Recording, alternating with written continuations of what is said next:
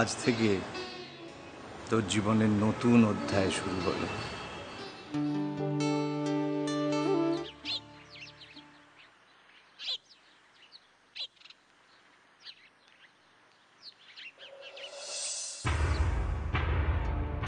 বাবা,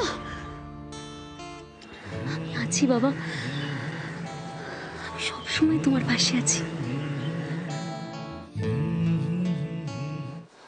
বাবা, হ্যাঁ শোনো না, তোমার সাথে একটা জরুরি কথা আছে। তোর পড়াশোনা ঠিকঠাক চলছে তো?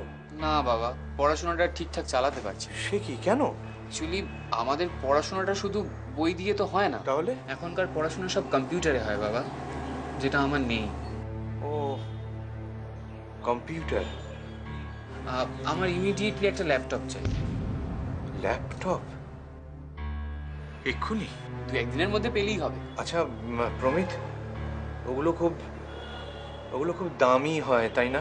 না না, বেশি দাম না, এই ধরো হার্ডলি 40-45 হাজার টাকা। 40-45 হাজার? আর কতদিন বন্ধু বান্ধবের ল্যাপটপ ধার করে পড়াশোনা চালাবো বলো? না না না, ওসব করতে হবে না। তুই আমাকে একটু সময় দে।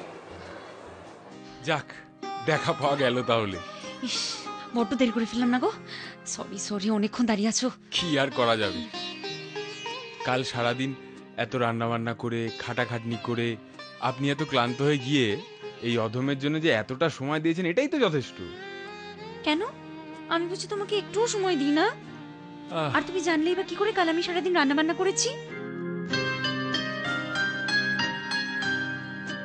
কিচেনে এত অন্যমনস্ক থাকো কেন? কি ভাবো এত? কিচ্ছু ভাবি না, আমি তো আমার সব ভাবনা তোমাকেই দিয়ে দিয়েছি। রুদ্র জেঠুর ছেলে, ও কেমন যেন একটা গায়ে পড়া। দেখো, আবার প্রেমে পড়া নয় তো? তোমার এই সব সময় আর কি।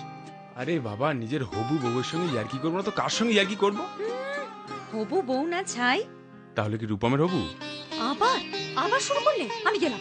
আচ্ছা আচ্ছা শোনো, সরি আর বলবো না। এরপর বললে আমি আর বিয়েই করব না। কাকে? কাউকেই না।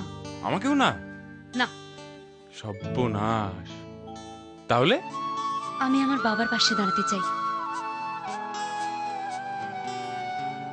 চিন্তা করো না, সেই সুযোগ তুমি সব সময় পাবে। কি হলো? এই জন্যই তো তোমায় এত ভালোবাসি আমি।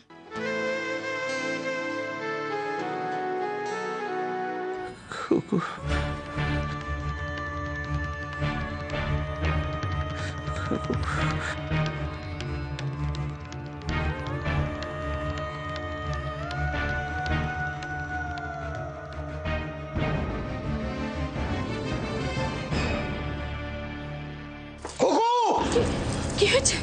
কি হলো? কি হলো? এখানে 5,000 টাকা আছে, ওটা দিয়ে তুই অ্যাডভান্সটা করে নে, তারপর আমি দেখছি কি করা যায়। হ্যাঁ ঠিক আছে, আমি যাই তাহলে।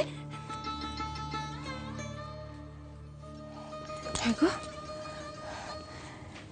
স্কুলটা তার মানে হচ্ছে বলো?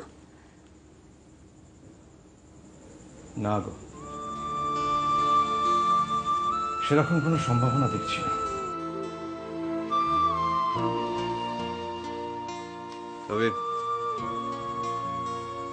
তবে আমি আপ্রাণ একটা চেষ্টা করবই।